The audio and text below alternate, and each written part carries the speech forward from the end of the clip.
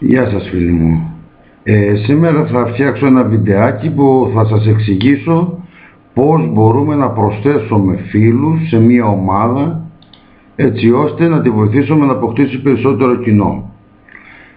Είμαστε στο Facebook κανονικά, ψάχνουμε να βρούμε μια ομάδα.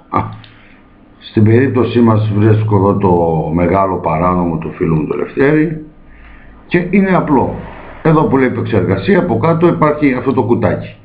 Πάμε με το πληκτρολόγιο, βάλουμε τον κέλσορα μέσα στο κουτάκι. Με το πληκτρολόγιο πατάμε ένα-ένα τα γράμματα του πληκτρολογίου μας, ας πούμε το α. Εδώ μας έβγαλε φίλους κανέναν. Βλέπετε ότι όλοι αυτοί εδώ πέρα είναι ήδη στην ομάδα. Πάμε στο επόμενο γράμμα, στο σίγμα.